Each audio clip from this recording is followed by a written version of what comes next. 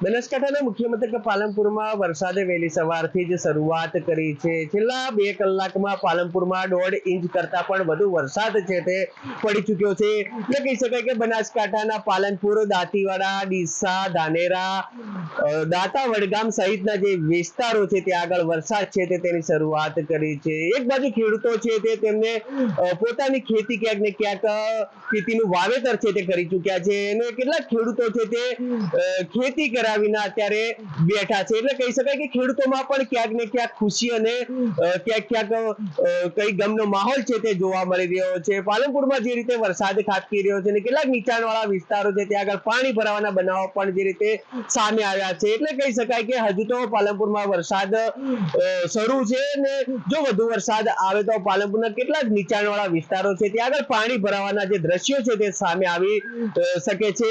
એટલે હજુ તો વરસાદની શરૂઆત છે ને બનાસકાંઠા જિલ્લામાં જે રીતે વરસાદ પડતા કેટલાક નદી નાળાઓ પણ જીવિત થયા છે।